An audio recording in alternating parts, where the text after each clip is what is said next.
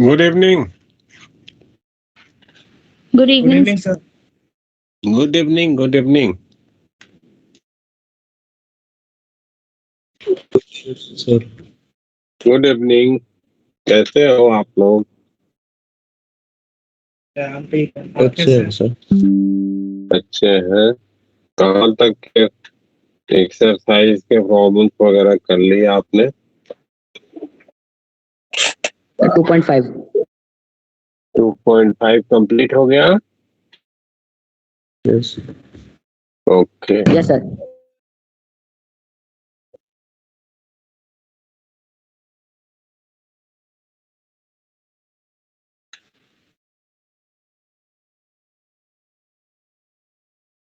Good evening दिशा।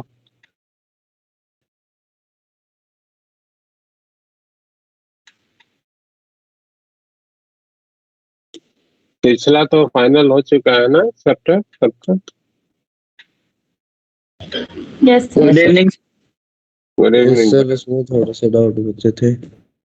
और बचे हुए हैं पिछले में? Yes sir. कितने लोगों के डाउट बचे हैं भाई पिछले चैप्टर के? विशाल। चलो ठीक। तो डिस्कस कर लेते हैं, उसको फाइनल कर लेते हैं ना। यस सर, फाइनल कर लेंगे आज उसे। आज इसको फाइनल करके तब फिर आगे बढ़ते हैं। Yes sir sure. तो अपना अपना जो है आप टारगेट उठा लाइए, टारगेट 1। यस सर, एक मिनट बस।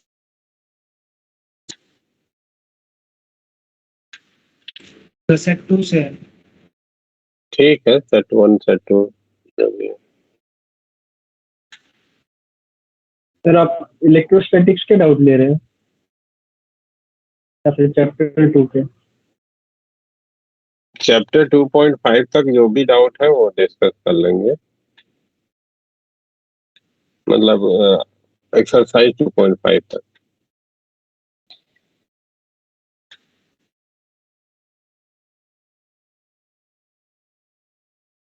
जो भी टारगेट के डाउट्स हैं वो आप लेके आओ।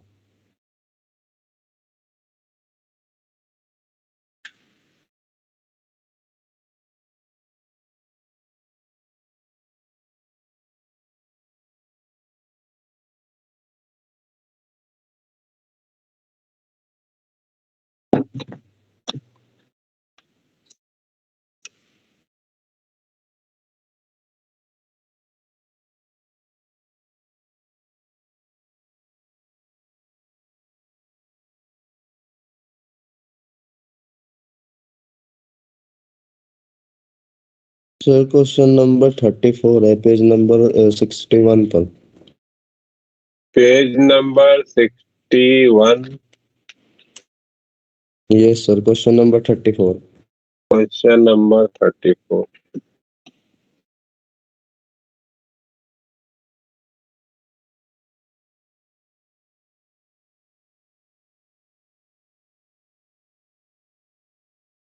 फोर्टी वन 42 बोलते जाना। 40 41 42 43 47 48।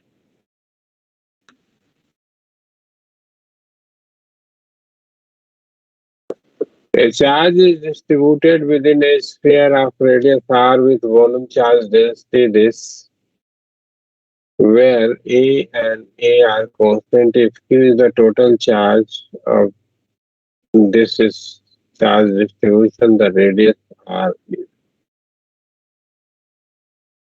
हमसे प्रॉब्लम में क्या कहा गया कि एक ही स्फीयर है जिसका रेडियस हम r मान रहे हैं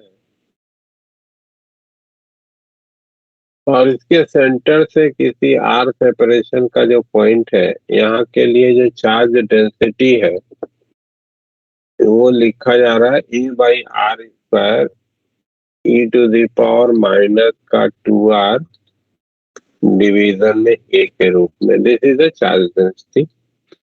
तो इसके द्वारा टोटल चार्ज कितना प्रोसेस किया जाएगा वो लिखना है। तो आप क्या करो कि आर रेडियस का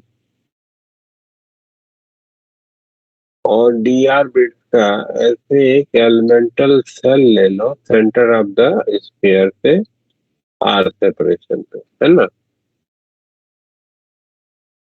और इस सेल में चार्ज कितना है ये तुम लिखना चाहते हो। तो जो चार्ज डेंसिटी है उसमें इस सेल का वॉल्यूम मल्टीप्लाई कर देंगे तो इस पे चार्ज मिल जाएगा क्या?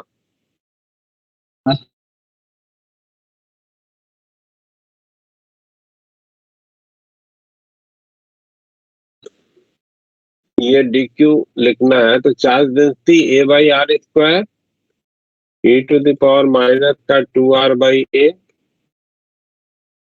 इसको हम इस सेल का वॉल्यूम लिखना है। तो सेल की surface area 4 pi r square में डी आर मल्टीप्लाई कर दो उसका वॉल्यूम हो जाएगा। यस तो इसमें मल्टीप्लाई कर दो 4 pi r square into d r. ये इस पे चार्ज हो गया। ये आर स्क्वायर से ये आर स्क्वायर हटा दे रहा है। डी क्यू का इंफॉर्मेशन हो जाएगा 4 pi A E to the power minus का 2r by A D R. और now we have to integrate it कहां से कहां तक? जीरो से कैपिटल आर ना। जीरो से कैपिटल और हाँ ये सर, और जीरो से कैपिटल क्यू। तो इधर में तो आपको मिल गया 4 पाई ए कॉन्स्टेंट बाहर हो गया ई टू द पावर माइनस का 2r बाई ए है। तो इसका इंटीग्रेशन हो जाएगा माइनस का 2r by A divided by minus का 2 बाई ए। ये इसका इंटीग्रेशन 0 से r लिख सकते हो क्या? बोलो। Yes sir. तो क्यू की वैल्यू हो जाएगी कितना? 4 पाई ए डिवाइडेड बाई 2। और ये माइनस को अंदर कर दिया तो लोअर लिमिट पहले हो जाएगी तो ये 1 हो जाएगा। माइनस का अपर लिमिट हो जाएगी e to the power minus का 2r बाई ए। इसको इधर डिवीजन में डाल देते हैं।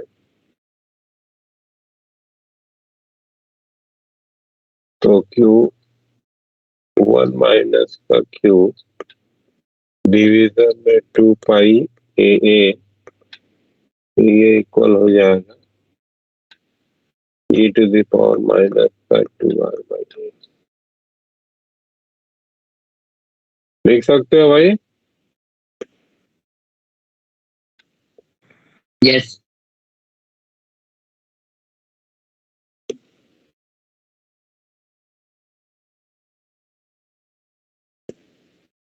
इसको हम लोग e to the power 2r by A लिख देते हैं।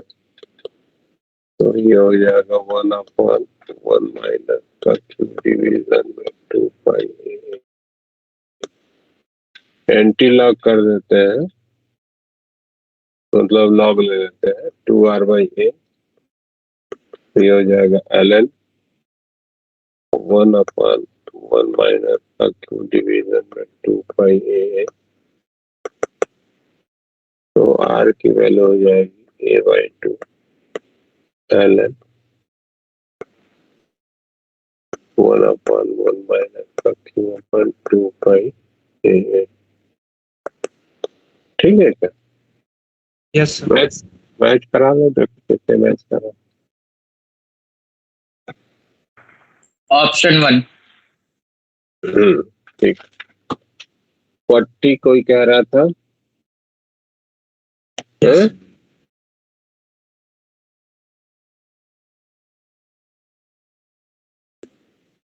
A simple pendulum of length L is placed between the plates of a parallel plate capacitor having electric field E as shown in the figure. Its bob has a mass M and charge Q. The time period of the pendulum is given by.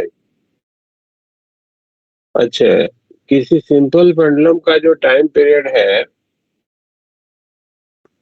वो आपको मालूम है कि कैसे define होता है भाई, 2 pi root का L अपॉन G इफेक्टिव से ना। Yes.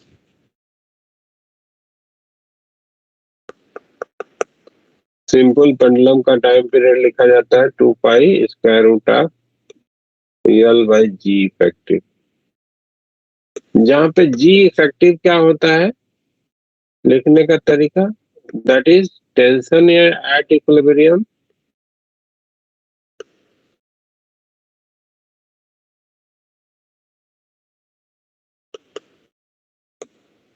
Divided by mass of Bob, है ना। बॉब के मास से इक्विलिब्रियम पे जो टेंशन होता है उसको आपको डिवाइड कर देना, तो वो जी इफेक्टिव होता है ना। Yes, sir. अब इधर में देखो सिचुएशन क्या है कि ये हमारा एक बॉब है जो कि रस्सी के सहारे बांध करके लटकाया गया है, और यहाँ पे इलेक्ट्रिक फील्ड भी है जिसका डायरेक्शन इधर से इधर को है। तो आपके पास जानकारी क्या बनेगा कि इस बॉब पे इलेक्ट्रिक फील्ड के साथ साथ ग्रेविटी का फोर्स लग रहा है। तो ये जो वर्टिकल पोजीशन है रस्सी की, वहां पे तो बॉब का इक्विलिब्रियम नहीं होगा। बॉब जो होगा वो कहीं इस तरीके से डिस्प्लेस्ड पोजीशन पे इक्विलिब्रियम पाएगा, Yes, sir. क्योंकि Yes, sir. इलेक्ट्रिक फील्ड के कारण भी फोर्स लगा ना। तो एक फोर्स, अब या इस पोजीशन पे फ्री बॉडी डायग्राम बनाएंगे तो एक तो mg ग्रेविटी हो गई, दूसरा इधर पे QE का फोर्स इधर की तरफ लग गया, QE का फोर्स। सर रिजल्टेंट हो जाएगा उनका। हाँ, ये दोनों का जो रिजल्टेंट होगा वो हमारे इस रस्सी में टेंशन हो जाएगा, let it be represented by F। क्योंकि चूंकि आपने बोला कि ये इक्विलिब्रियम पोजीशन है तो इन तीनों का सम 0 होना है, तो नेसेसरली mg और QE का जो सम है वो F के बराबर इन मैग्नीट्यूड होगा, डायरेक्शन में अपोजिट होगा, because mg and QE are perpendicular to each other. तो इनका जो सम है यानी कि F का जो मैग्नीट्यूड है वो लिखना है, तो वो क्या लिख सकते हो, mg का स्क्वायर प्लस QE का स्क्वायर रूट लिखा जा सकेगा ना। Yes, sir. यानी कि जी इफेक्टिव को लिखना है तो मास से डिवाइड कर दो, तो ये हो जाएगा square root of ji square plus q by m का स्क्वायर। ये उठा के यहाँ पे रख दीजिए तो टाइम पीरियड मिल जाएगा 2 पाई रूट का L divided by square root of ji square plus Q upon M का whole square. This will be the time period. किसी ने 41 भी बोला था क्या? Sir. Sir. हाँ जी, वीडियो ऑन कर सकता हूँ मैं अपना, ठीक है? ध्यान भटक जाता है सर वीडियो ऑफ करते हैं। आप वीडियो ऑन कर लीजिए, कोई दिक्कत नहीं है, आप वीडियो ऑन कर लो।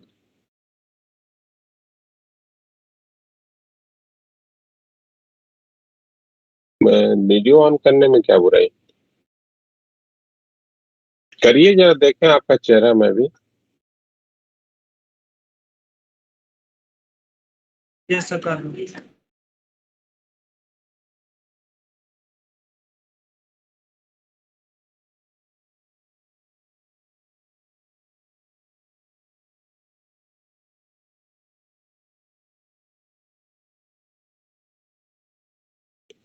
Yes, sir.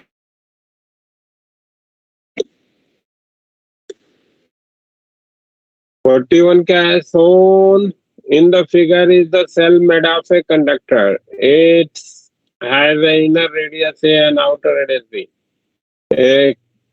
and carries a charge Q. At its center, a dipole P, as shown in this case. The surface charge density on the outer surface depends on P. Surface charge density on the inner surface is uniform and equal to this. The electric field outside the cell is the same as that of the point charge at the center of the shell. The surface charge density on the inner surface of the cell is zero everywhere. अब देखो क्या करना है, समझो इसको। ये बोला गया कि एक कंडक्टिंग स्फेरिकल सेल है और इसके सेंटर पे एक यहाँ पे ऐसे डाइपोल रखती है। तो आपके पास जानकारी है भाई कि मेटल के अंदर में तो फील्ड जो होना चाहिए वो 0 होना चाहिए। तो जो ये डाइपोल है वो प्लस और माइनस चार्ज का कॉम्बिनेशन है, जो कि सेंटर पे ना होकर के सेंटर से थोड़ा ऊपर नीचे है। तो उसका इफेक्ट क्या आएगा कि इधर में जो है वो निगेटिव चार्ज आ जाएगा और इधर में जो है वो इधर में पॉजिटिव चार्ज आ जाएगा। ये डाइपोल के द्वारा जो प्रोड्यूस फील्ड है उस फील्ड को कंपनसेट करने के लिए मेटल के अंदर, है ना, जो पॉजिटिव चार्ज के नियरर वाला सेक्शन होगा वो निगेटिवली चार्ज हो जाएगा, जो निगेटिव चार्ज के नियरर वाला सेक्शन होगा वो positively charge, cancellation of field को परफॉर्म करने के लिए। ठीक है। और चूंकि डिफरेंट पोजीशन जो इस पर्टिकुलर सरफेस के हैं they are at different separation from the point charges, तो ये जो चार्ज इनके ऊपर आएगा, चार्ज डेंसिटी जो आएगी वो यूनिफॉर्म भी नहीं होगी, है ना। नेचर के साथ साथ जो चार्ज पर यूनिट एरिया होगा वो अलग अलग लोकेशन पे अलग अलग होगा, यानी कि non uniform distribution of charge on the inner surface आएगा। और ये चार्ज इस तरीके से आएगा कि ये पूरा का पूरा जो डाइपोल के कारण प्रोड्यूस होने वाली इलेक्ट्रिक फील्ड है उस फील्ड को कैंसिल कर जाए, मेटल के अंदर फील्ड को 0 करना है इसलिए। और आपने इसको प्लस का क्यू चार्ज पहले से दे रखा था, तो वो पूरा का पूरा चार्ज जो क्यू का दिया था that is going to appear on its outer surface, वो इसके बाहर वाले सरफेस पे आएगा। तो वो क्यू चार्ज जो आपने दे रखा है and that will be distributed uniformly on the outer surface। अब आप इतने डिस्ट्रीब्यूशन को समझ गए तो आगे आंसर को देखिए। Surface charge density on the outer surface depends on p, तो नहीं भाई, आउटर सरफेस पे सरफेस चार्ज डेंसिटी पी पे डिपेंडेंट नहीं है। Surface charge density on the inner surface is uniform, uniform कहा गया तो ये भी गलत हो गया। Electric field outside the shell is the same as that at the point charge. अब आपको मालूम है कि कोई शेल है उस पे सर्टेन चार्ज है, तो उसकी वजह से उसके बाहर पोजीशन का कोई पॉइंट हो तो वहां पे फील्ड सेंटर पे total charge of the shell को प्लेस करता हुआ इवेल्युएट किया जा सकता है। ठीक है क्या? तो this information is correct, correct. सही है। तो ये Yes, sir. इंफॉर्मेशन आपका करेक्ट है। अब आइए, surface charge density on the inner surface of the shell is 0 everywhere. तो हमने आपको बोला है कि भाई इनर सरफेस पे सरफेस चार्ज डेंसिटी जो है वो 0 नहीं है, अलग अलग लोकेशन पे अलग अलग सरफेस चार्ज डेंसिटी है, कहीं पॉजिटिव है कहीं निगेटिव है। अगला क्वेश्चन क्या था भाई? 42 एंड 43 भी। 42, let a total charge 2q be distributed in a sphere of radius capital R with the charge density given by kr, where r is the distance from the center. The two charge A and B, that is minus q each, are placed at a diametrically opposite point at equal distance A from the center. If A and B do not experience any force, then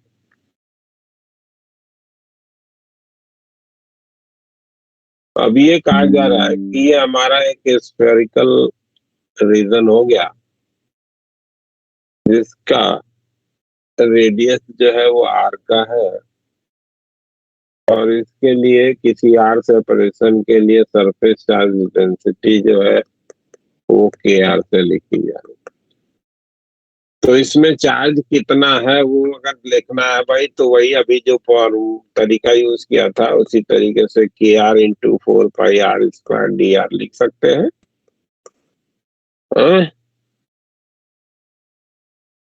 charge density multiplied by volume लिखा जा सकता है, बोलो भाई। Yes sir. Now we have to integrate it from 0 to, इसका radius कितना बोला था r का, और ये कितना है 0 से 2q का, तो 0 से 2q ये हो जाएगा और ये हो जाएगा 0 से r इंटीग्रेट कर दिया, तो 2q इक्वल्स हो जाएगा 4πk r क्यूब है, तो ये हो जाएगा r पे पावर 4/4, ये 4 से 4 चला गया। तो Q और R में हमको एक रिलेशन मिल गया जो हमको ध्यान में रखना है कि 2Q जो है वो पाई के r⁴ से लिखा जा रहा है, ये एक इंफॉर्मेशन। अब क्या कहा गया कि इसमें 2 पॉइंट चार्जेस है जो कि -q के हैं, और इनको एक डिस्टेंस a पे इधर और एक इधर a डिस्टेंस पे रख दिया गया।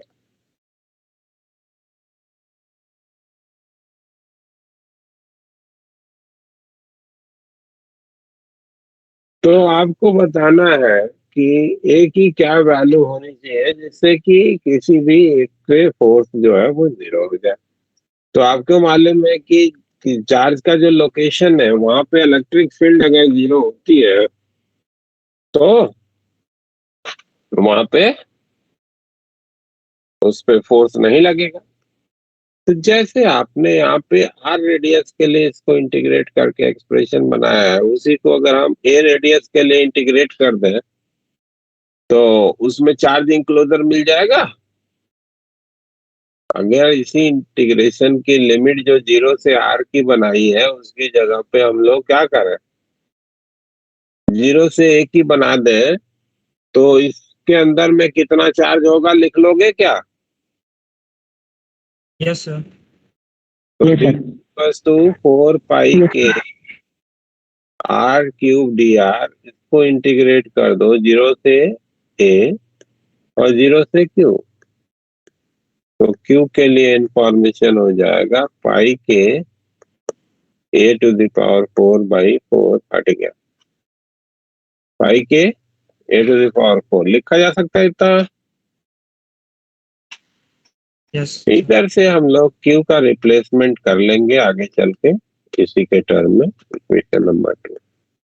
अब गॉस थ्योरम से वहां पे फील्ड लिख लेते हैं। तो ए डिस्टेंस पे फील्ड लिखना होगा तो फील्ड इंटू 4πr², यानी कि a² that is equal to charge enclosure pi के a⁴ डिवीजन में एप्सिलॉन नॉट।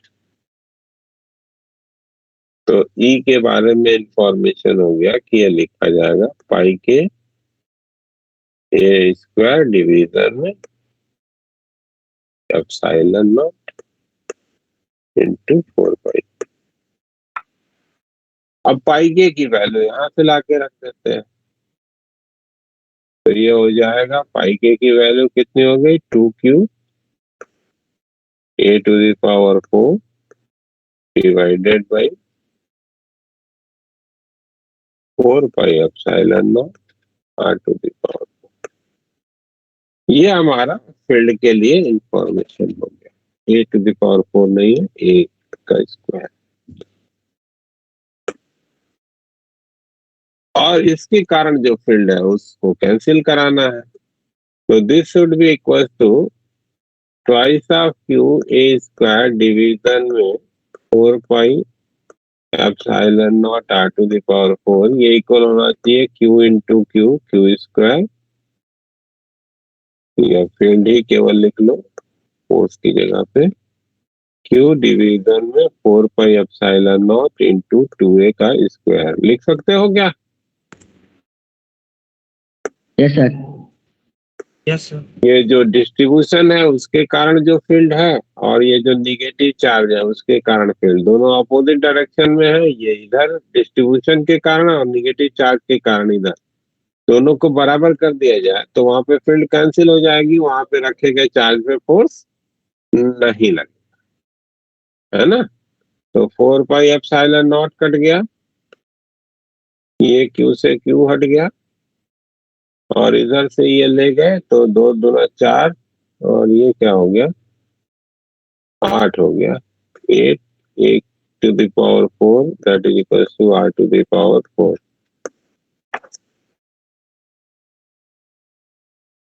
तो ये आपको मिल गया ए के बारे में इंफॉर्मेशन। 8 पे पावर 1 माइनस का 1/4 इंटू आर, ये हमारा बन जा रहा है भाई, ठीक है।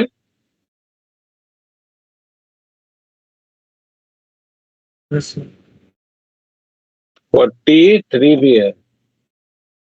Two infinite planes each with uniform surface charge density plus sigma are kept in such a way that the angle between them is 30 degree. The electric field in the region zone between them is।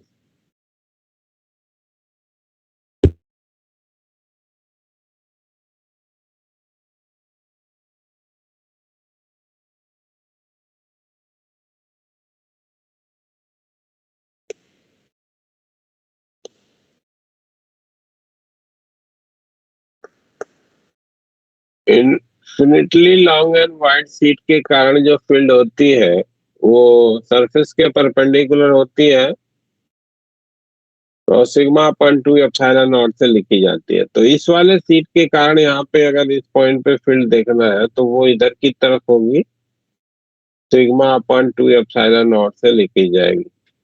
और इस sheet के कारण field देखेंगे तो इधर की तरफ होगी और वो भी सिग्मा अपन 2 एप्सिलॉन नॉट से लिखा जाएगा ना भाई, यानी कि Yes, ये sir. एंगल तुम्हारा 30 डिग्री का।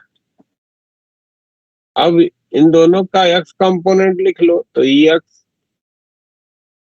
ये तुम्हारा एक्स डायरेक्शन इधर की तरफ दिखाया गया है तो इसका कंपोनेंट जो होगा वो माइनस का sigma upon 2 epsilon naught sine 30 से लिखा जाएगा।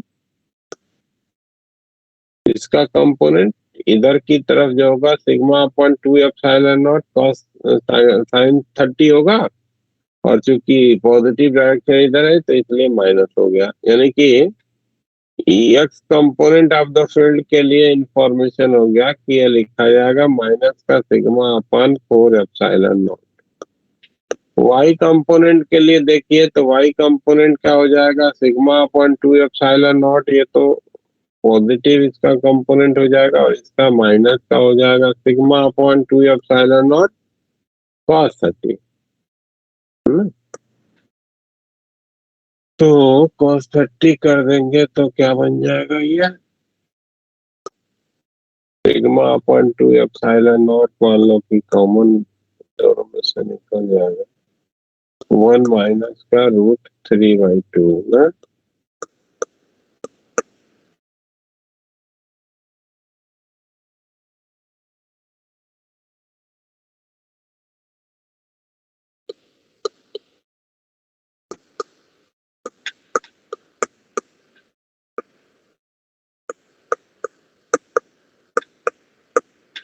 एक्स डायरेक्शन के यूनिट वेक्टर को एक्स कैप से दिखाने को बोल रहा है, ये तो वाई कैप है, और वाई डायरेक्शन वाला वाई कैप से, तो ये हो जाएगा माइनस का sigma upon epsilon not x cap.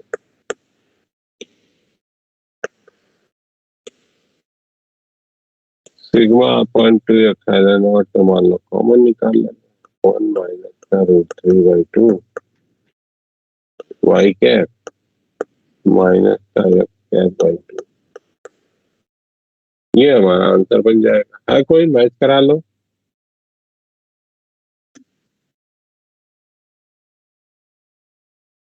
Forty seven and 48 भी किसी ने बोला है। 47 क्या है Consider a sphere of radius A r which carries uniform surface charge density rho. If a sphere of radius r by 2 is carved out as shown in ratio EA and EB of the magnitude of electric field EA and EB respectively at point A and B due to the remaining portion.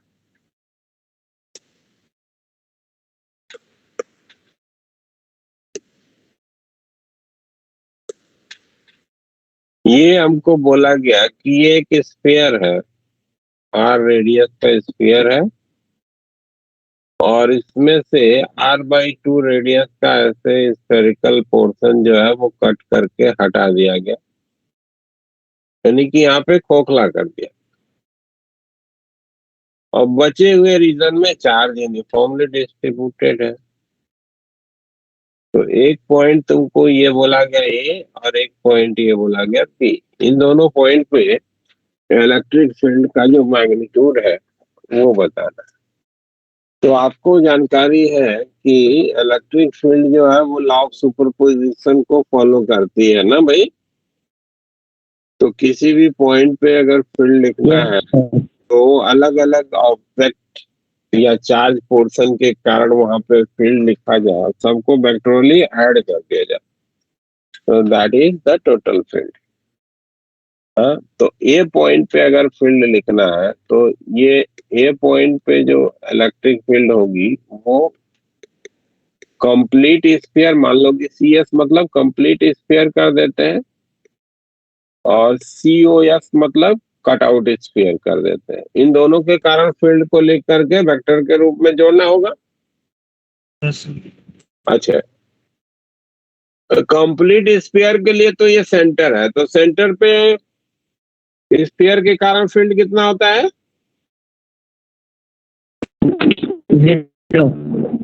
0 होता है। तो complete sphere के कारण तो ए पे 0 हो गया, यानी कि कटआउट के कारण ही लिखना है, कटआउट के कारण ही लिखना है ना। और कटआउट के कारण जो आप लिखते हैं सरफेस के लिए, वो आपको मालूम है कि सिग्मा आर डिवीजन में 3 एप्सिलॉन नॉट से लिखा जाता है, जहां पे इसके सरफेस पे जो आर है वो r/2 हो जाएगा। तो sigma rho r/2 divided by 3 epsilon naught, ये ए पॉइंट पे जो फील्ड है उसका मैग्नीट्यूड हो जाएगा। डायरेक्शन के साथ दिखाना चाहोगे भाई तो ये इधर की तरफ ये होगा, केवल कैविटी के कारण होगा और सेंटर ऑफ द कैविटी की तरफ होगा। मैग्नीट्यूड में मेरे हम लोगों को केवल इंटरेस्ट है क्योंकि मॉड वैल्यू का रेशियो चाहिए था। तो EA के लिए इंफॉर्मेशन हो गया कि रो r/6 एप्सिलॉन नॉट से लिखा जाएगा। ठीक है, अब आओ देखो बी पॉइंट पे। बी पॉइंट कंप्लीट स्फीयर के लिए तो सरफेस पॉइंट है, बट इस कटआउट के कारण जो है वो बियॉन्ड द सरफेस है। तो कंप्लीट स्फीयर के कारण फील्ड तो इधर होगा। बोलिए। अच्छा, ठीक। कंप्लीट स्फीयर के कारण जो फील्ड होगा वो तो इस डायरेक्शन में होगा, ठीक है।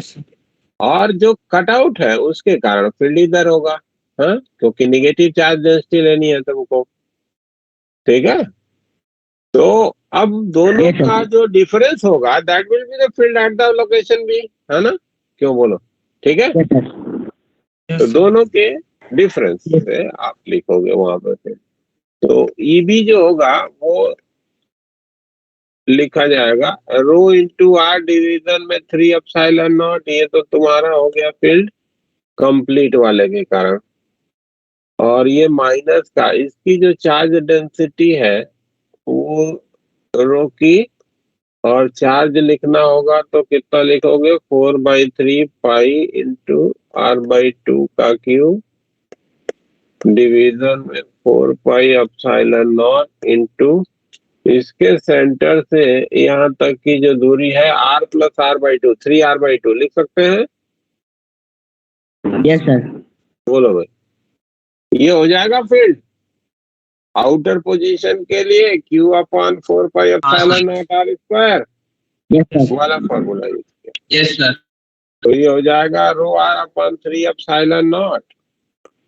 और इधर से 4 से 4 को हटा देते हैं और r³ को भी इधर से हटा दिया, a³ को भी इधर से हटा दिया और r² को तो काट दिया। तो ये हो जाएगा 3 3 9 3 27, 27 गुना 54। तो माइनस का ρr डिवीजन में 54ε0। देखना भाई कैलकुलेशन में।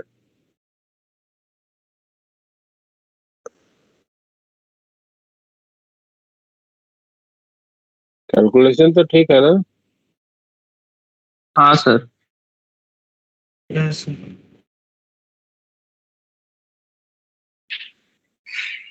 ये 3 3 9 और ये 9 27, ये भी आया है। हाँ, 27 गुना 54, ठीक तो है।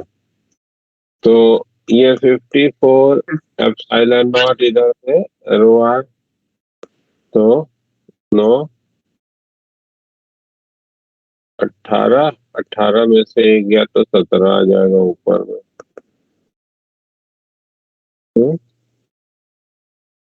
हाँ अब रेशियो कर दो, तो ये अपन EV का जो रेशियो हो जाएगा, ρr कट जाएगा,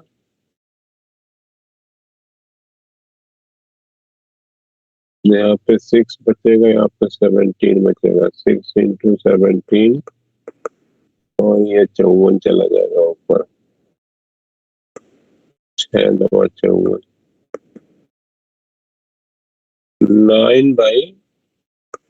9/17। ठीक है, 9/17 that will be the answer. 18 बटा, है ना, 18/34 ये जो दिया है that is the appropriate answer. 18/34 match कराओ।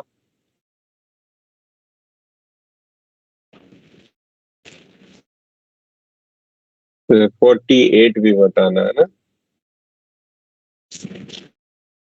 यस सर 47 का बान 48 भी करना है, किसी ने पूछ रखा है।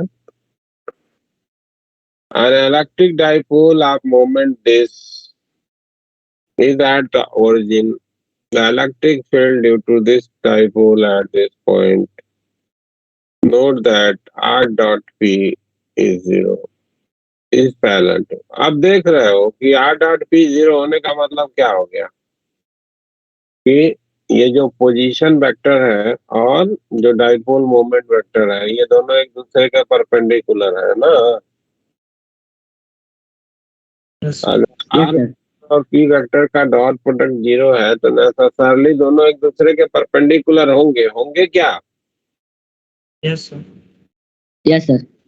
परपेंडिकुलर हो गया भाई, तो जो पॉइंट आपको मेंशन किया गया है वो परपेंडिकुलर बाइसेक्टर का पोजीशन हो गया। और परपेंडिकुलर बाइसेक्टर के पोजीशन पे जो इलेक्ट्रिक फील्ड डाइपोल होता है वो डाइपोल के डाइपोल मोमेंट के अपोजिट डायरेक्शन में होता है। तो पी का अपोजिट डायरेक्शन का जो भी वेक्टर होगा वही हमारा डायरेक्शन हो जाएगा। केवल डायरेक्शन ही तो बताना है।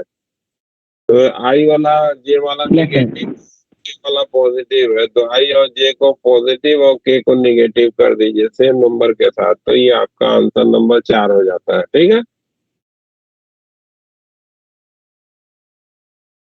डाइपोल का निगेटिव वेक्टर डायरेक्शन में फील्ड हो गया। तो ये हो गया आपका 48 का इंफॉर्मेशन कंप्लीट। किसी का दिक्कत तो नहीं है? 48 हो गया। 54 and 65 and 74। 54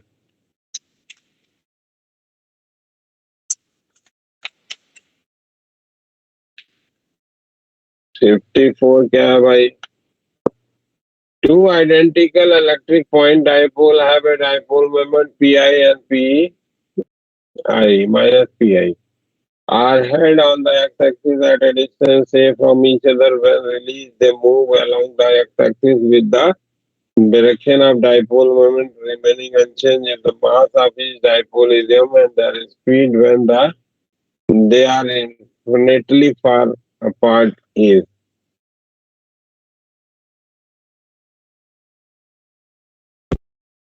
अब देखो आपको क्या कहा गया कि एक डाइपोल है इधर की तरफ, दूसरा डाइपोल का डायरेक्शन है इधर की तरफ, दोनों के मैग्नीट्यूड बराबर है, इसका भी पी है इसका भी पी है ना? और उसके इन्फ्लुएंस में इनको रखा गया है कितने दूरी पे? एट ए डिस्टेंस ए। इन दोनों के बीच की दूरी एक ही है और यहाँ से इनको छोड़ दिया गया। तो आपके पास ये इंफॉर्मेशन है भाई कि पॉजिटिव पॉजिटिव वाले जो चार्जेस है they are near to each other, तो effectively they are going to repel, यानी कि ये दोनों डाइपोल एक दूसरे से दूर की तरफ मूव करेंगे, है ना?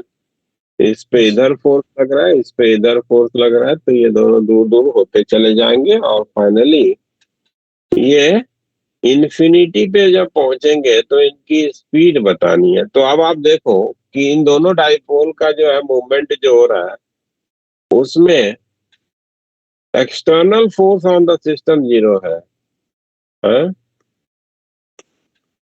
तो एक्सटर्नल फोर्स अगर 0 हो तो सिस्टम का लीनियर मोमेंटम कंजर्व रहता है, क्यों भाई रहता है? यस। तो जब ये फार अवे पोजीशन पे आएंगे तो इसकी वेलोसिटी अगर इधर की तरफ v1 है और इसकी वेलोसिटी इधर की तरफ v2 है, अब इनके शायद मासेस सेम दिए गए ना, ईच डाइपोल मासेस, तो दोनों के मोमेंटम इनिशियली तो रेस्ट से छोड़ा था, 0 तो होना था, तो m इंटू v2 माइनस का m into v1 they should be equal to 0, यानी कि v1 और v2 दोनों बराबर होने चाहिए, लेट v मान लिया। ठीक है, एक पहला इंफॉर्मेशन तो आपने ये बना लिया, किससे? With the help of law of conservation of linear momentum. दूसरा, अब ये दोनों के बीच का आपस का इंटरेक्शन देखो, तो ये नॉन कंजर्वेटिव तो है नहीं, कंजर्वेटिव है, तो work done by non conservative भी 0 होगा, तो मैकेनिकल एनर्जी क्या होगी? कांस्टेंट रहेगी ना भाई। यस मैकेनिकल एनर्जी जो होगी वो कांस्टेंट रहेगी, तो मैकेनिकल एनर्जी को कांस्टेंट, अच्छा जब ये फार अवे हो जाएंगे तो पोटेंशियल एनर्जी तो 0 हो जाएगी, यस सर। और इनिशियल जो पोटेंशियल एनर्जी है वो आप निकाल लो। इनिशियल पोटेंशियल एनर्जी लिखना है, तो इस डाइपोल के कारण यहाँ पे जो इलेक्ट्रिक फील्ड होगी उसको अगर लिखना चाहोगे तो कितना लिखोगे भाई? इंडार पोजीशन पे जो इलेक्ट्रिक फील्ड होती है ट्वाइस ऑफ पी डिवीजन में 4 pi epsilon naught are cube से लिखा जाता है, यानी कि ए क्यूब से, और इसका डाइपोल इलेक्ट्रिक फील्ड और डाइपोल का डाइपोल मोमेंट अपोजिट डायरेक्शन में है, तो डॉट ई यानी कि पी दोनों अपोजिट हो गए, माइनस का इतना हो गया। पोटेंशियल एनर्जी को लिखा जाता है minus of P dot E से ना, तो इतना लिख दिया, ठीक है? पी और ई दोनों एक दूसरे के डायरेक्शन में है, तो पी डॉट ई प्लस का आ जाएगा ये इतना, ये इनिशियल पोटेंशियल एनर्जी इतनी हो जाएगी, पी स्क्वायर डिवीजन में 2 pi epsilon naught a cube, और फाइनल पोटेंशियल एनर्जी 0 है, तो loss in potential energy, gain in kinetic energy.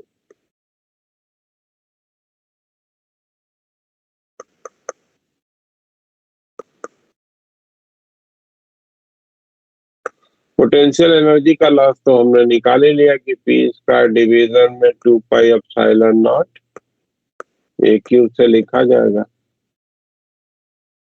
और ये इक्वल हो जाएगा half of M b square half of M b square यानी कि एम बी स्क्वायर के, या हाफ एम बी स्क्वायर लिख के इसका 2 गुना कर दे, दोनों की काइनेटिक एनर्जी बराबर रहेगी। ठीक है, यस सर। Yes, sir. इधर से 2 को हटा दीजिए और इधर से v को लिख दीजिए, e बाई ए तुम्हारा बाहर हो जाएगा, रूट के अंदर में क्या बचेगा 1/2 एप्सिलॉन नॉट एम इंटू ए। कोई है ऑप्शन मैच करा लो भाई। हाँ, पहला तीसरा वाला।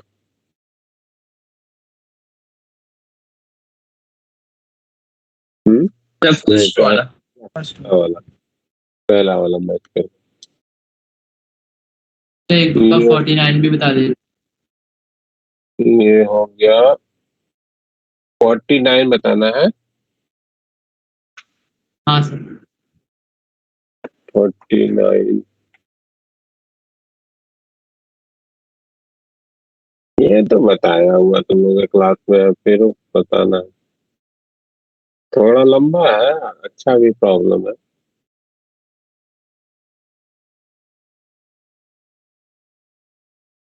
ये एक्स डायरेक्शन है, ये वाई डायरेक्शन है। A charged particle mass m and charge q moves along the x-axis with a velocity v naught. When it passes through the origin, it enters a region having uniform electric field.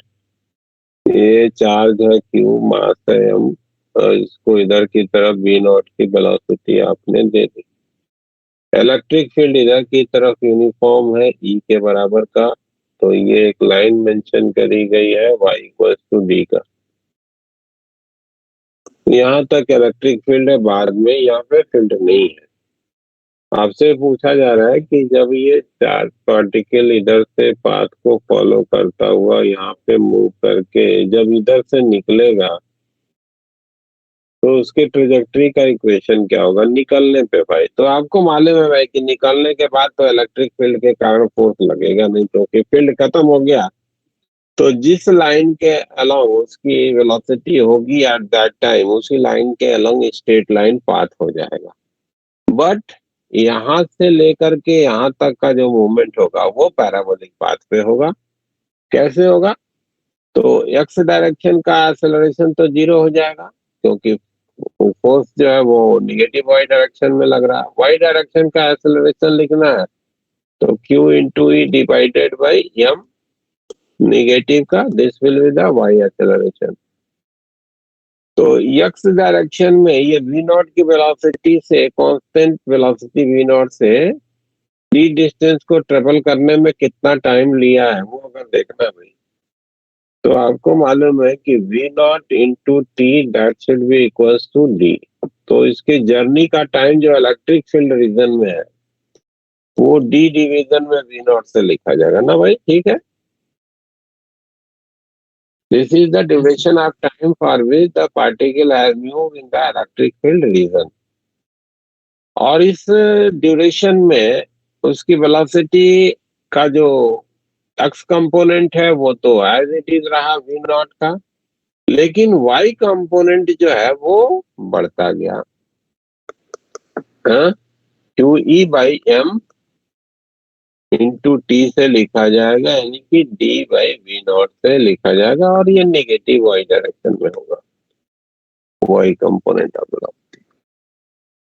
यहाँ पे जब ये निकल रहा है तो इसकी एक वेलोसिटी इधर की तरफ है जो कि vx है, और दूसरा जो है वो इधर की तरफ है जो माइनस ऑफ vy को हम दिखा रहे हैं। यहाँ पे vy एक्चुअल में ऊपर दिखाया है हमने, इसलिए माइनस ऑफ vy को इधर दिखा दिया। ठीक है, Yes, sir. अब इस पॉइंट का x कोऑर्डिनेट तो हमको मालूम है कि वो d है। y कोऑर्डिनेट क्या होगा भाई? तो y कोऑर्डिनेट हम लोग लिख सकते हैं हाफ ऑफ a/t का स्क्वायर, तो ये हो जाएगा 1/2 QE/m इंटू t की जगह पे डी बाई बीटा स्क्वायर, तो y कोऑर्डिनेट हो गया इतना, q E D square divided by twice of M B naught का स्क्वायर निगेटिव का, ये इसका y कोऑर्डिनेट हो जाएगा। ठीक है, तो इस पॉइंट का कोऑर्डिनेट भी मिल गया। अब ये लाइन का इक्वेशन आपको लिखना है, तो इस लाइन का इक्वेशन क्या हो जाएगा, y minus y1 that is equals to slope into x minus x1 से, तो y माइनस y1 की जगह पे ये वैल्यू रखोगे तो प्लस हो जाएगा Q E D square divided by twice of M B naught का स्क्वायर। इसका स्लोप लिखना है तो इस एंगल की tan वैल्यू लिख दो, तो वी वाई और वी नॉट का रेशियो कर दो, तो स्लोप कितना हो जाएगा, माइनस का Q E D by M V naught का स्क्वायर लिख सकते हो स्लोप, बोलना भाई, M X minus X one की वैल्यू कितनी है तुम्हारी, एक्स वन की वैल्यू तुम्हारी डी है, तो y इक्वल्स टू माइनस का Q E D by M V naught का स्क्वायर एक्स, और ये इधर आके प्लस हो जाएगा, ये इधर आके माइनस हो जाएगा, तो प्लस में बचेगा Q E D square division में ट्वाइस का एम बी नॉट का स्क्वायर। ठीक है, तो इक्वेशन क्या हो जाएगी तुम्हारी, y इक्वल टू, मान लो कि क्यू ई डी स्क्वायर तो नहीं बाहर निकलेगा, D divided by M B naught का स्क्वायर, ये बाहर निकाल लेते हैं, तो डी बाई टू माइनस का एक्स, ये इस तरीके से इक्वेशन हो जाएगा। That will be the equation of the path followed by this particular particle. समझ गए, किसका था ये क्वेश्चन 49, प्रांजलि?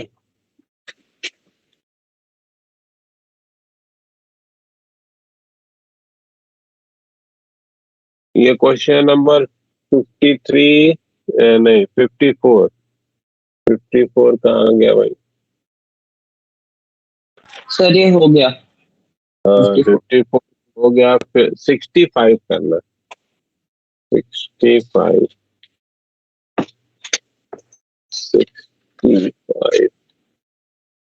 65 क्या है, an inclined plane making an angle 30 degree with the horizontal is placed in a uniform horizontal electric field as shown in the figure. 1 kg and charge 5 millicoulomb is allowed to slide down from the rest at a height 1 meter if coefficient of friction is this. Find the time taken by body to reach the bottom. अरे भाई, तो इसमें थोड़ा calculation है बस, और कुछ तो नहीं दिख रहा है, कोई बहुत मुश्किल प्रॉब्लम तो नहीं लग रही। देखो मैं बता दे रहा हूँ, वो कैलकुलेशन आप कर लेना। ठीक है, किसका क्वेश्चन है, आदित्य का? यस किसका क्वेश्चन? सर, मेरा नाम बताओ मेरा। आदित्य। ये बोला गया कि एक रफ इंक्लाइन है, इस पे एक चार्ज बॉल ब्लॉक को रखा गया है, इस पे चार्ज और इसका मास दिया गया है, और वहां पे इलेक्ट्रिक फील्ड भी है, तो इस पे फ्री बॉडी डायग्राम बना दो। तो एक तो mg नीचे की तरफ ग्रेविटी लग जाएगी, दूसरा यहाँ का नॉर्मल रिएक्शन हो जाएगा, क्योंकि इधर की तरफ इलेक्ट्रिक फील्ड लगी हुई है और चार्ज इस पे क्यू का है, तो इधर की तरफ इलेक्ट्रिक फील्ड के कारण फोर्स हो जाएगा क्यू ई का। ये एंगल को थीटा मान के जनरल सॉल्यूशन लिख दे रहा है। ये वाला एंगल तुम्हारा थीटा का होगा, और इधर की तरफ इस पे फ्रिक्शन लगेगा म्यू इंटू एन का। तो perpendicular to the incline direction के लिए इक्वेशन लिखिए। तो perpendicular to the incline direction, N का कंपोनेंट एन, एम जी का माइनस ऑफ एम जी कॉस थीटा, और क्यू ई का ये वाला एंगल थीटा है, तो QE का हो जाएगा माइनस का QE sin theta and that should be equal to 0 होगा ना। यानी mg cos theta plus QE sin theta से लिखोगे। अब डाउन द इंक्लाइन डायरेक्शन में इसका एक्सेलरेशन तुमको जज करना है, टाइम चाहिए तो एक्सेलरेशन चाहिए, तो डाउन द इंक्लाइन डायरेक्शन के लिए इक्वेशन लिख दो। तो mg का कंपोनेंट हो जाएगा mg sin थीटा, QE का हो जाएगा minus of QE cos theta, μ1 का हो जाएगा माइनस का μ1 और ये इक्वल हो जाएगा m इंटू ए के। तो एक्सेलरेशन कितना होगा वो आपको पता हो गया।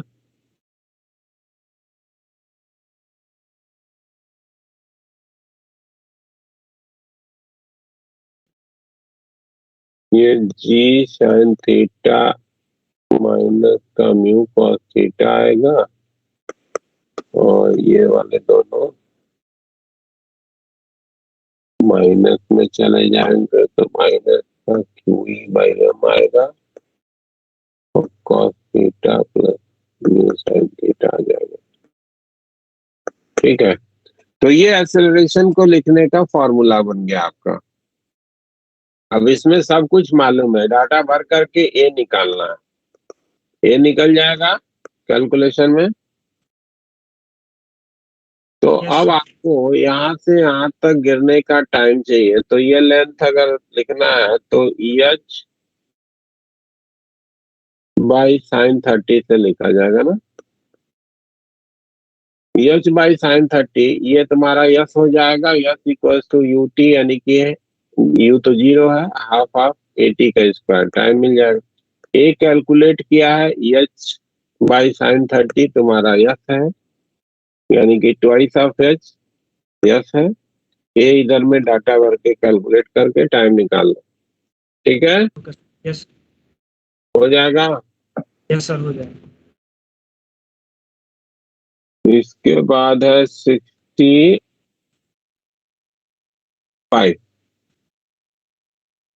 65 और 65 ही हाँ? अच्छा ये 65 ही था। सर ये 5 भी था। 73 किसी का है। An electric dipole is placed on the x-axis in proximity of a line charge of linear charge density this meter. Line charge is placed on the z-axis and the positive and negative charge of dipole moment are at a distance of 10 millimeter and 12 millimeter from the origin respectively. If the total force of 4 Newton is exerted on the dipole, find out the amount.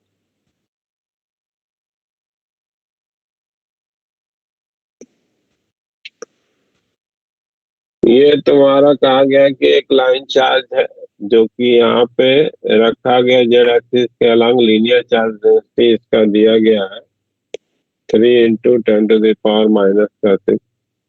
तो इस wire के कारण किसी position are के लिए जो field होती है वो आपको मालूम है कि ये लैम्डा डिवीजन में 2πε0 आर से लिखी जाती है ना भाई। अब कहा गया कि एक डाइपोल है जिसका प्लस चार्ज का पोजीशन वेक्टर और माइनस चार्ज का पोजीशन वेक्टर दोनों दिया गया, Q और ये माइनस का Q। प्लस चार्ज का पोजीशन वेक्टर R1 है, माइनस का R2 है, डी रेड है। ठीक है, तो जो फोर्स होगा वो अगर लिखना चाहते हो तो प्लस चार्ज तो रिपेल हो जाएगा इधर की तरफ और निगेटिव वाला अट्रैक्ट हो गया, तो इफेक्टिवली जो होगा लैम्डा डिवीजन में 2πε0 R1 into Q minus lambda division में 2πε0 R2 इंटू Q लिखा जाएगा ना। Yes sir. तो लैम्डा Q डिवीजन में 2πε0 ये तो कॉमन निकाल लेंगे, 1/R1 माइनस 1/R2। R1 और R2 दोनों की वैल्यू दी गई है, मिलीमीटर में है, और ये फोर्स जो है 4 न्यूटन का है, ये दिया हुआ। तो डाटा भरिए साहब, 4 न्यूटन रख लीजिए। अमाउंट ऑफ चार्ज चाहिए था तो Q निकाल दीजिएगा। सब चीज तो इसमें गिवन ही है, Q अननोन है केवल। Yes sir. आशुतोष कुमार हो जाएगा 73। हो जाएगा सर। ठीक है।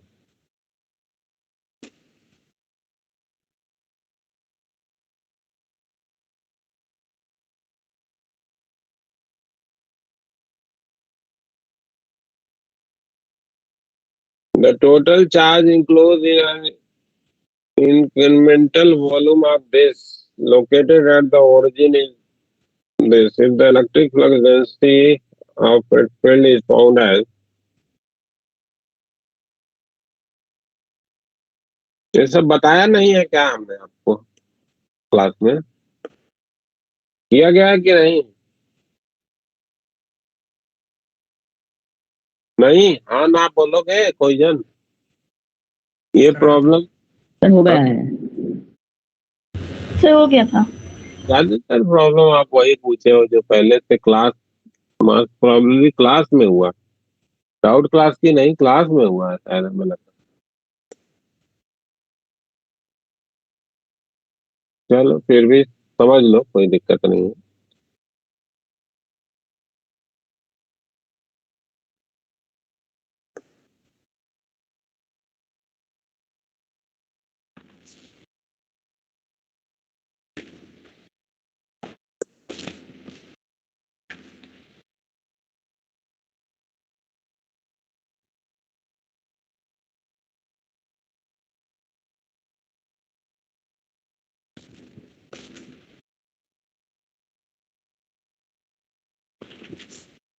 Total charge enclose in an incremental volume. अब यहाँ पे एक चीज जो डाउटफुल दी हुई है वो आपको ध्यान देना है कि इसमें इलेक्ट्रिक फ्लक्स डेंसिटी कहा गया है। इलेक्ट्रिक फ्लक्स डेंसिटी जो होता है वो बेसिकली इलेक्ट्रिक फील्ड होती है। इलेक्ट्रिक फ्लक्स डेंसिटी ये तुम्हारा होता है equivalent to electric field.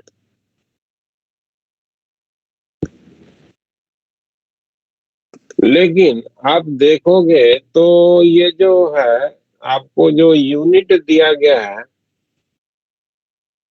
D का, जिसको इलेक्ट्रिक फ्लक्स डेंसिटी कहा गया है, इसको कूलम पर मीटर स्क्वायर का दिया गया है ना, कूलम पर मीटर स्क्वायर का दिया गया है। तो ये electric field density, electric field तो नहीं है, ये basically electric field divided by epsilon not होता है। ठीक है ना, क्योंकि ई और डी में जो रिलेशन है वो लिखा जाता है, डी सिंबल यहाँ पे सही दिया गया है, इसको डिस्प्लेसमेंट, इलेक्ट्रिक डिस्प्लेसमेंट वेक्टर कहते हैं। That is epsilon naught into D के रूप में आप इसको रिकॉग्नाइज कर सकते हैं। तो ये जो epsilon not multiplied by D है उसमें करस्पॉन्डिंग अगर देखेंगे तो ये आपको फील्ड ना दे करके जो है क्या दिया गया है, डी वेक्टर दिया गया है। तो फील्ड के साथ अगर इसको आप रिप्लेसमेंट देना चाहोगे तो ई अपॉन एप्सिलॉन नॉट का रिप्लेसमेंट हो जाए। आपको मालूम है कि जो डाइवर्जेंस ऑफ इलेक्ट्रिक फील्ड होता है that can be written as charge density upon epsilon naught ना भाई। ई को डी के टर्म में अगर यहाँ रिप्लेस कर दिया जाएगा, हाँ, ई को डी के टर्म में अगर यहाँ पे रिप्लेस कर दिया जाएगा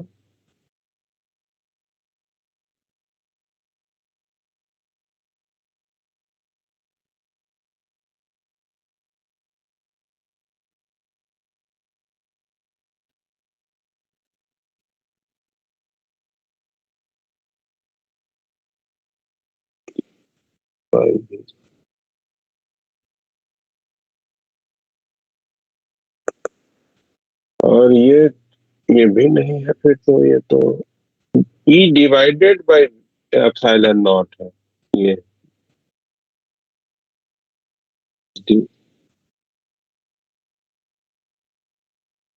ई टाइम्स एप्सिलॉन नॉट हो जाएगा।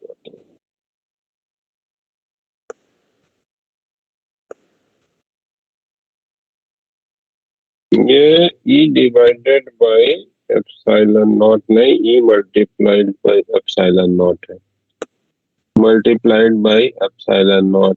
तो ये एक्सप्रेशन जो है वो भी एग्जैक्टली नहीं है, ये बेसिकली है epsilon naught into E that is rho. ये पूरी चीज आपको दी गई, field multiplied by epsilon naught, ये इसका इंफॉर्मेशन आपको गिवन है। अब यहाँ पे वैल्यू अगर रखते हैं तो ये हो जाएगा डेबा डेबा एक्स आई कैप प्लस डेबा डेबा वाई जे कैप प्लस डेबा डेबा जेड के कैप। थोड़ा सा एम्बिग्युइटी लिखने में है इसमें, ये E to the power minus का X sine Y I cap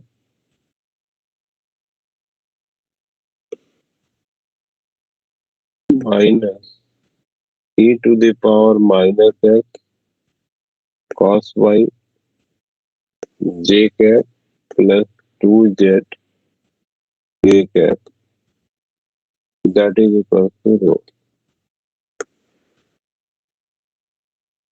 अब आपको मालूम है कि जब डॉट प्रोडक्ट करेंगे तो इसमें पार्शियल डेरिवेटिव करना है, तो ये हो जाएगा माइनस का ई टू द पावर माइनस का एक्स साइन वाई बाहर हो गया। इसका जब पार्शियल डेरिवेटिव करेंगे तो माइनस माइनस प्लस हो जाएगा, E to the power minus X sine Y ये भी आ जाएगा, और जब इसका इससे डॉट प्रोडक्ट करके पार्शियल डेरिवेटिव करेंगे तो 2 आ जाएगा एंड दैट इज रो। ये तो इससे कैंसिल हो गया, तो रो के बारे में इंफॉर्मेशन हो गया कि 2 है। अब आपको 2 इंटू 10⁻⁻⁹ मीटर क्यूब में आपको चार्ज चाहिए था, तो 2 multiplied by volume 4 into 10⁻⁹ volume है 2 इंटू 10⁻⁹, तो 4 नैनो कूलम आ जाएगा आपका क्यू की वैल्यू चार्ज। तो ये चीज ध्यान में रखिए कि ये लिखा जरूर फ्लक्स डेंसिटी है, इलेक्ट्रिक फ्लक्स डेंसिटी, बट ये एक्चुअली है नहीं, है ना। Yes E times epsilon not की वैल्यू दी गई, ये यूनिट से ये क्लियर हो रहा है, तो थोड़ा सा लैंग्वेज में इसमें कमी है। Yes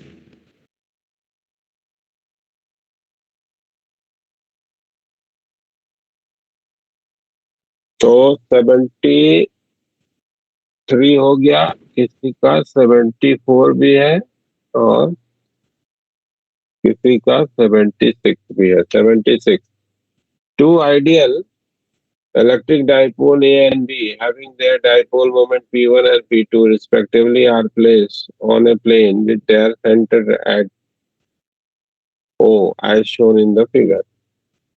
A point C on the axis of dipole A, the resultant electric field is making an angle 37 with the axis. The ratio of the dipole moment of A and B is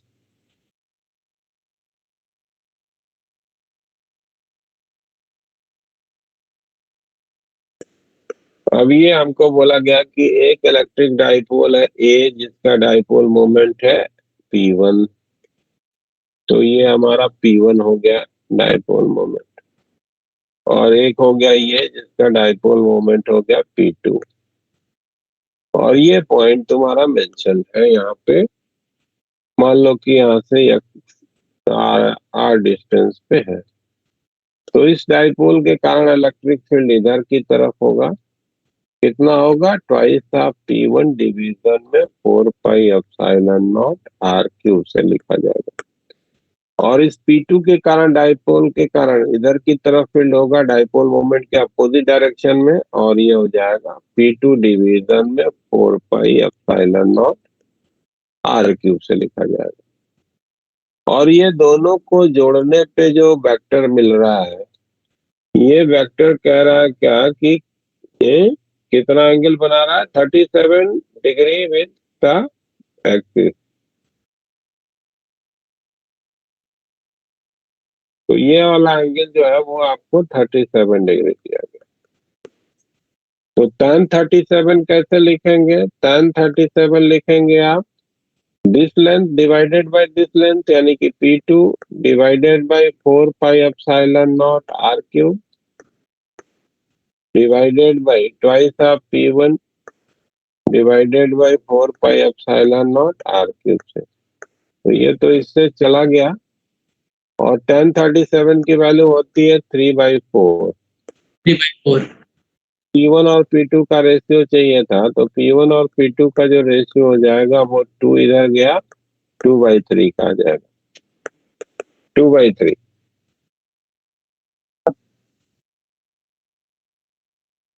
ठीक है,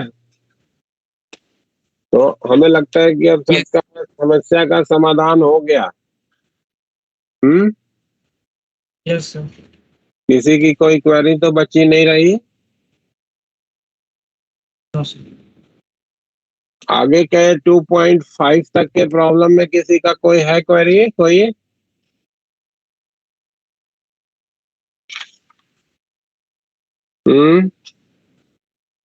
वैभवी, पलक, sir हाँ, sir एक example बता दोगे?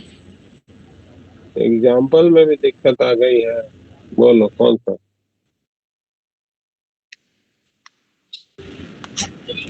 Sir page number 101 पे example number 4, एक बार बस उसको एक्सप्लेन कर देना।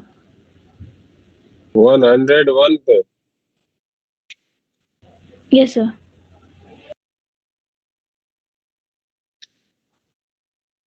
कौन सा question? 8?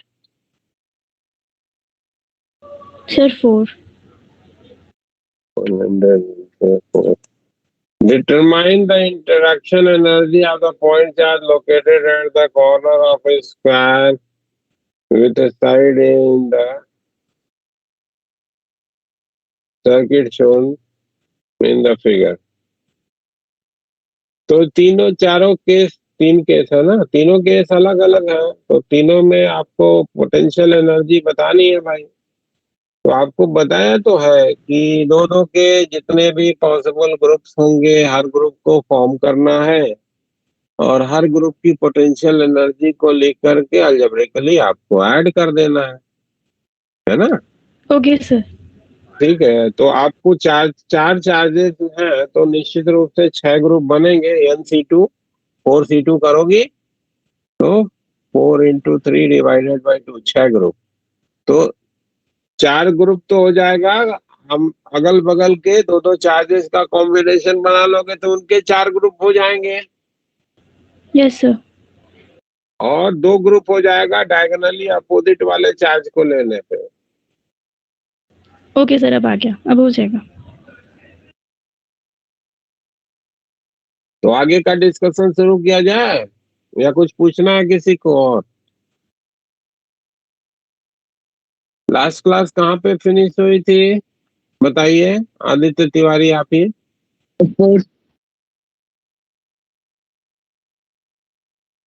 Aditya, So force of interaction between charged particle in parallel plate capacitor.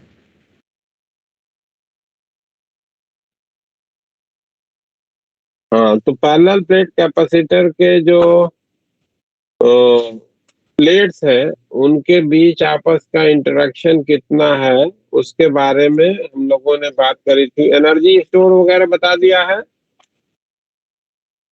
Energy store by the, yes sir. Yes sir. Energy store by the capacitor बता दिया है, एनर्जी डेंसिटी को लिखने का तरीका बता दिया है, ये सारे इंफॉर्मेशन दे दिए है ना? बोलो। Yes sir. अब हम लोगों को इसमें बात करना है कॉम्बिनेशन या ग्रुपिंग ऑफ कैपेसिटर की, है ना?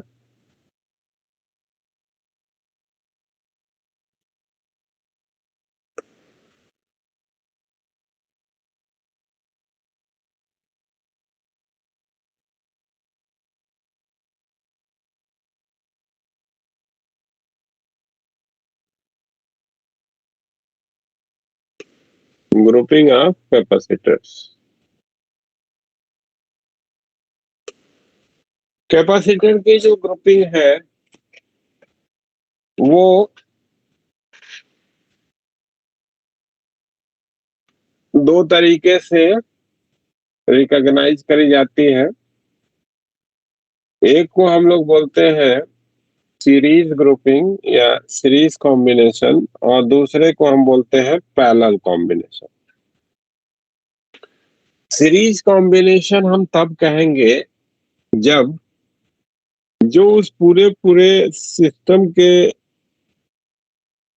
पार्ट है कैपेसिटर्स, उन सब पे जो है चार्ज बराबर बराबर जा रहा है। सबके द्वारा चार्ज अगर इक्वली शेयर्ड हो रहा है, सब पे चार्ज बराबर जा रहा है, तो आप कहेंगे कि they are connected in series. और इसी तरीके से दूसरी ग्रुपिंग जो है उसको आप पैरेलल ग्रुपिंग कहते हैं।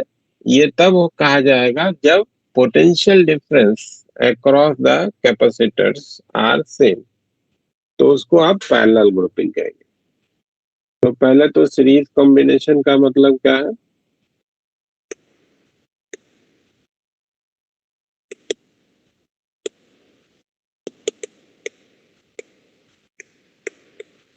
if the capacitor if the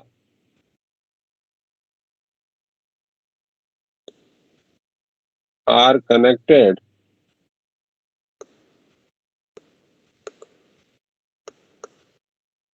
in such a way that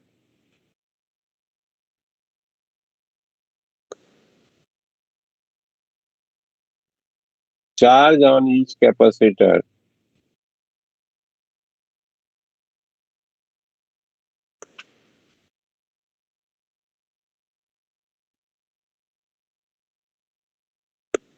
is same,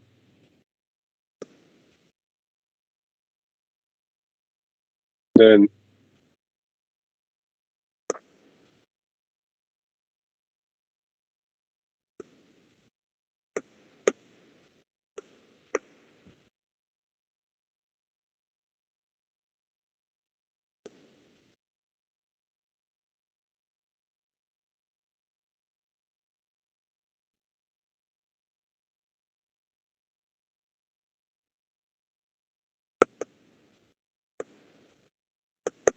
उस कॉम्बिनेशन को हम लोग सीरीज कॉम्बिनेशन के रूप में रिकॉग्नाइज करते हैं।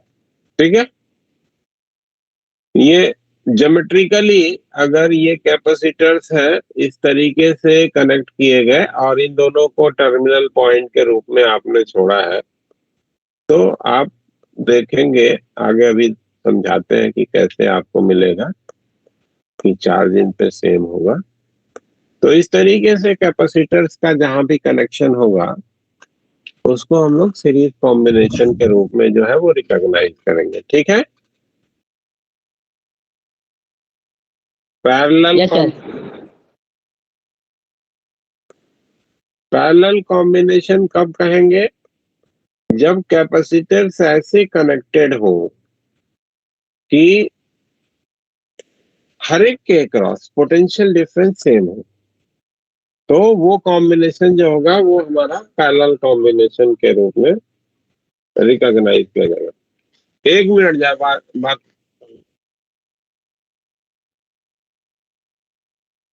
हाँ। अरे पानी पहुंचा दो भाई घर पे। हाँ हाँ, हम नहीं है घर पे, और लोग 318 ना।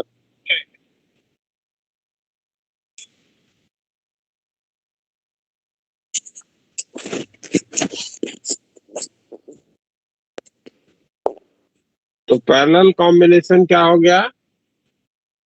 If capacitors are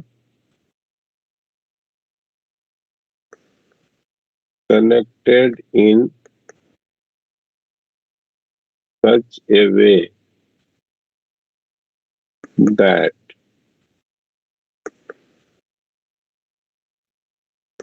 potential difference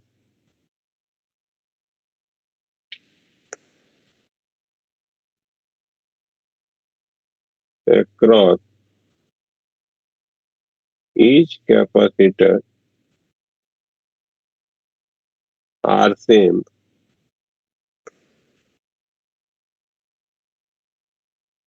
then they are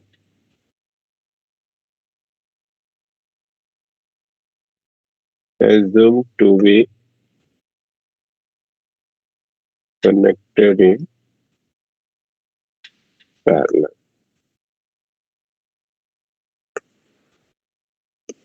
ठीक है, तो ये पैरेलल कॉम्बिनेशन का मतलब क्या हो गया? ये जैसे मान लो कि 3 कैपेसिटर है, ऐसे जोड़ दिए गए इनको, तो this particular combination will be like a parallel combination. इनके अक्रॉस जो पोटेंशियल डिफरेंस आएगा दैट विल बी सेम अगर सोर्स आपने कनेक्ट करा है. अब कोई भी आपको असेंबली दी जाती है कैपेसिटर की, तो उसका इक्विवेलेंट कैपेसिटेंस पूछा जाता है. तो पहली चीज तो इक्विवेलेंट कैपेसिटेंस का क्या मतलब है, ये हमें मालूम होना चाहिए.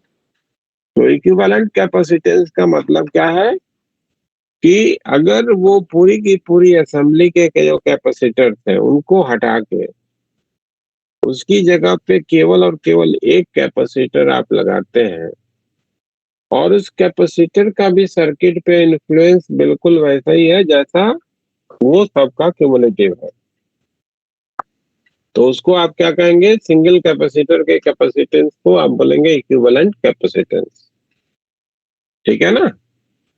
इक्विवेलेंट कैपेसिटेंस का मतलब क्या कि सारे Yes, sir. कैपेसिटर को हटा के उसकी जगह पे एक अकेला कैपेसिटर लगावे और उस कैपेसिटर का हमारे सर्किट में इन्फ्लुएंस वही हो जो कि वो कॉम्बिनेशन दे रहा है.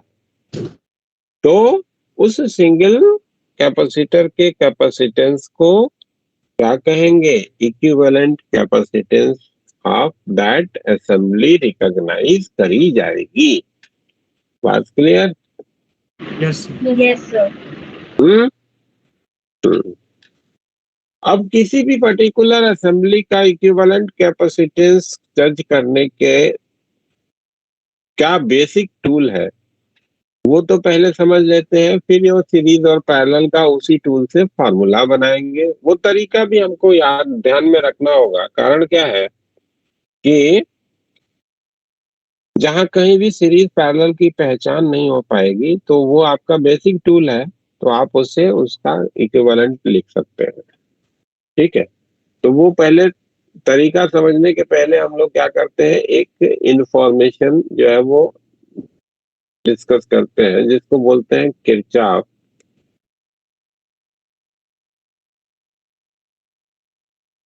Loop law.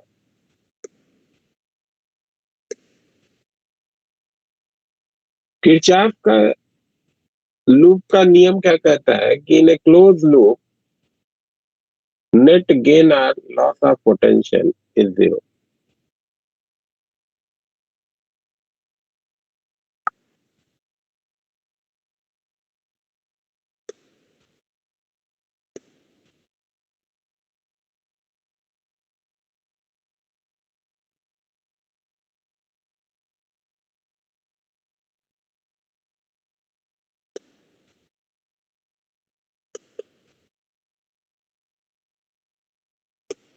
और ये जो किरचॉफ का नियम है जिसको लूप का नियम कह रहे हैं, ये बेसिकली इलेक्ट्रिक फील्ड के कंजर्वेटिव नेचर को शो करती है ना, या जिसको law of conservation of energy का जो है रिप्रेजेंटेशन भी कह सकते हैं.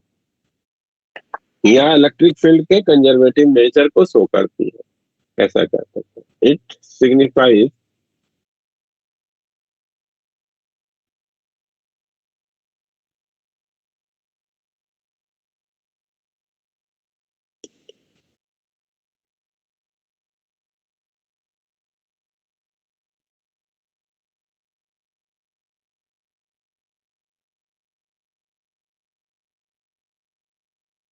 Electric field. अब बात आती है कि भाई नेट गेन या लॉस, आप पोटेंशियल तो कह दिया, गेन और लॉस का मतलब कैसे हमको जज करना है भाई? तो उसके लिए ये इंफॉर्मेशन जो है वो मैं लिख रहा हूँ, उसको ध्यान में रखिए कि अगर आप किसी लूप में ट्रेवल करने के दौरान बैटरी के थ्रू जा रहे हैं, है ना, और उसके निगेटिव से पॉजिटिव प्लेट को जा रहे हैं, तो वहां पे पोटेंशियल का गेन होगा, और पॉजिटिव से निगेटिव को जा रहे हो तो पोटेंशियल का लॉस होगा। दोनों केस में ये लॉस या गेन जो है वो ईएमएफ ऑफ द सेल के बराबर होगा। If we go through a battery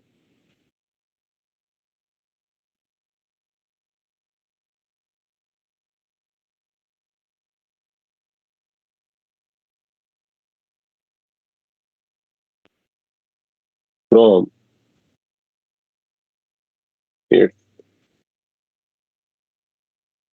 negative plate to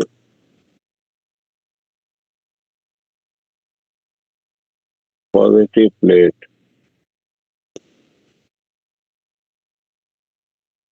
there is gain of potential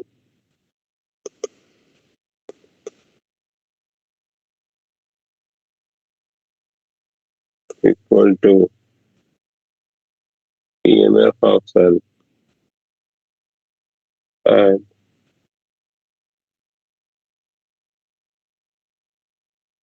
if we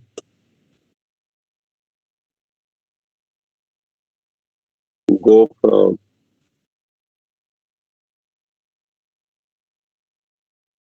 positive to negative plate,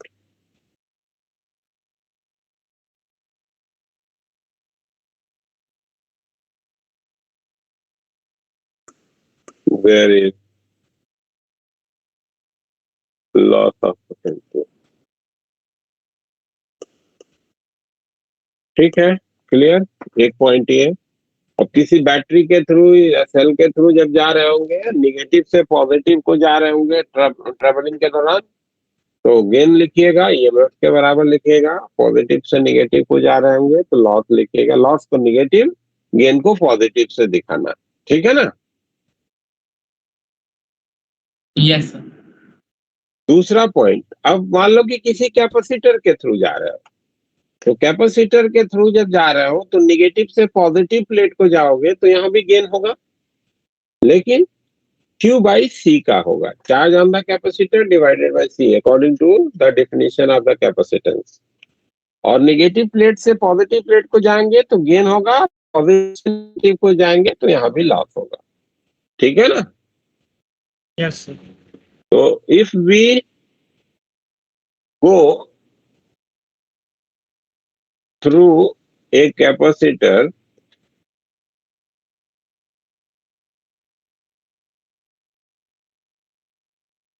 from its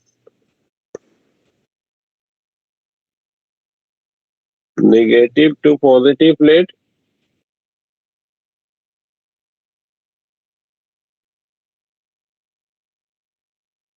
gain of potential,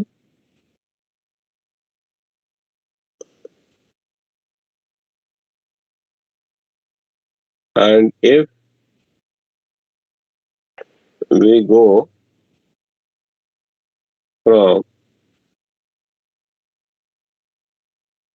positive to negative, there is loss of potential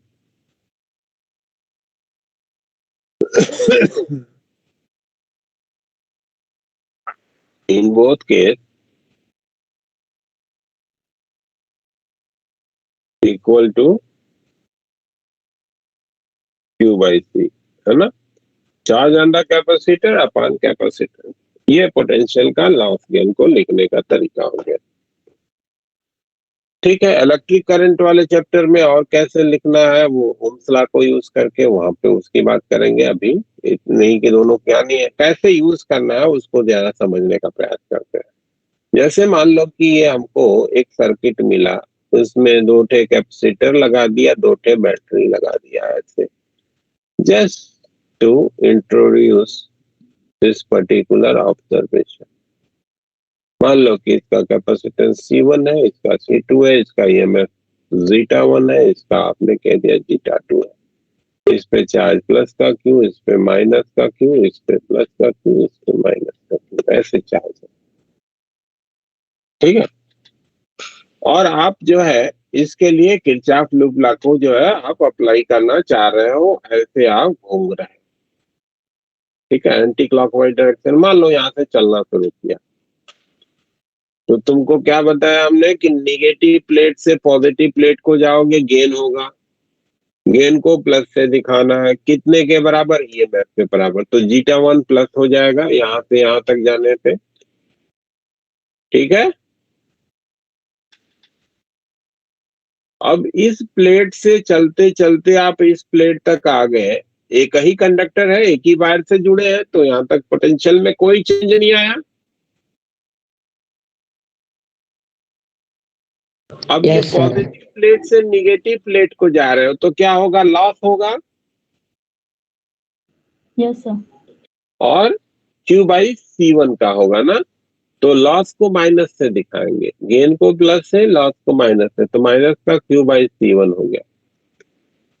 अब इस plate पे पहुंच गए, अब यहाँ से चलते चलते यहाँ तक आ गए, कोई चेंज नहीं आया क्योंकि एक ही कंडक्टर है भाई, एक ही वायर से जुड़े हैं दोनों। अब ये वाले प्लेट से ये वाले प्लेट को जा रहे हैं तो पॉजिटिव से निगेटिव को जा रहे हो भाई, लॉस हो जाएगा। कितने का? जीटा 2 का लॉस हो जाएगा। अब यहाँ पे फिर पॉजिटिव से निगेटिव को जा रहे हो तो लॉस हो जाएगा, Q/C2 का लॉस हो जाएगा। और जहां से चले थे वहीं पहुंच गए तो दैट इज इक्वल टू 0। तो ये हमारा किरचॉफ लूप लॉ को अप्लाई करने का तरीका हो गया। कैसे? गेन को प्लस, लॉस को माइनस दिखाते हुए चलते चले जाना है, एक जगह से स्टार्ट करके फिर वहीं पे पहुंचना है लूप में घूमते हुए। जो भी गेन होगा उसको ऐड करते जाएंगे, जो भी लॉस होगा उसको सब्ट्रैक्ट करते जाएंगे, और फाइनली सबका सम क्या हो जाएगा? 0, क्योंकि एक ही पोजीशन पे पहुंच गए, क्लोज लूप हो गया। ठीक है। Yes sir. कैसे अप्लाई करना है ये चीज क्लियर हो रही है? Yes sir. सर एक बार फिर से ये एप्लीकेशन बता दो। देखो, तुमको बोला कि बैटरी के थ्रू जब जा रहे हो, निगेटिव से पॉजिटिव को जा रहे हो, या कैपेसिटर के थ्रू जा रहे हो, निगेटिव प्लेट से पॉजिटिव प्लेट को जा रहे हो, दोनों केस में गेन होगा। बैटरी के केस में EMF के बराबर होगा, कैपेसिटर के केस में Q/C का होगा। यहाँ पे Q उस कैपेसिटर पे चार्ज है, C उसका कैपेसिटेंस है। ठीक है। वैसे ही पॉजिटिव प्लेट से निगेटिव को जाओगे, लॉस होगा, चाहे वो कैपेसिटर हो चाहे वो बैटरी हो। बैटरी के केस में EMF के बराबर होगा, कैपेसिटर के केस में Q/C के बराबर होगा। ठीक है। ये 2 पॉइंट को याद रखना। अब जैसे मान लो कि ये तुमने लूप एक सेलेक्ट करा और इसमें घूमना है और एंटी क्लॉकवाइज तुम घूम रहे हो, और आपकी जरूरत नहीं है कि किस डायरेक्शन में जाना है, आपको जिधर जाना है, जो लूप लेना है, सबके लिए अप्लाई होगा। तो हम ऐसे निगेटिव टर्मिनल से पहले पॉजिटिव टर्मिनल को गए तो जीटा 1 का गेन मिला, प्लस का लिखा ही है। ठीक है। Yes sir. अब इस प्लेट से चलते चलते इस प्लेट तक पहुंच गए तो दोनों तो एक ही वायर से जुड़े हैं, एक ही कंडक्टर के पार्ट हो गए, तो एक कंडक्टर में हर जगह का पोटेंशियल इलेक्ट्रोस्टैटिक कंडीशन में सेम रहता है। यहाँ पे चार्ज का फ्लो तो है नहीं, स्टेडी स्टेट की बात कर रहे हैं, तो पोटेंशियल या जो यहाँ का है वही यहाँ का रहेगा। अब यहाँ से यहाँ तक गए तो पॉजिटिव प्लेट से निगेटिव प्लेट को जा रहे हैं तो लॉस हो जाएगा, Q/C1 का लॉस हो जाएगा, क्योंकि इसका कैपेसिटेंस आपने C1 का है, चार्ज को Q का नाम दिया है। अब इस प्लेट से इस प्लेट को गए, एक ही कंडक्टर हो गया, कोई चेंज नहीं आया। अब पॉजिटिव पे है और पॉजिटिव से निगेटिव को जा रहा है, लॉस होगा, जीटा 2 का लॉस हो गया। अब इधर में पॉजिटिव प्लेट से निगेटिव प्लेट को आए, लॉस हो गया, जहां से चले थे वहीं पहुंच गए, 0 के बराबर। ठीक है। तो ऐसे किसी भी लूप के करस्पॉन्डिंग आप ये लूप लॉ को अप्लाई कर सकते हैं। आगे क्या करना है वो नेक्स्ट क्लास में बात करेंगे।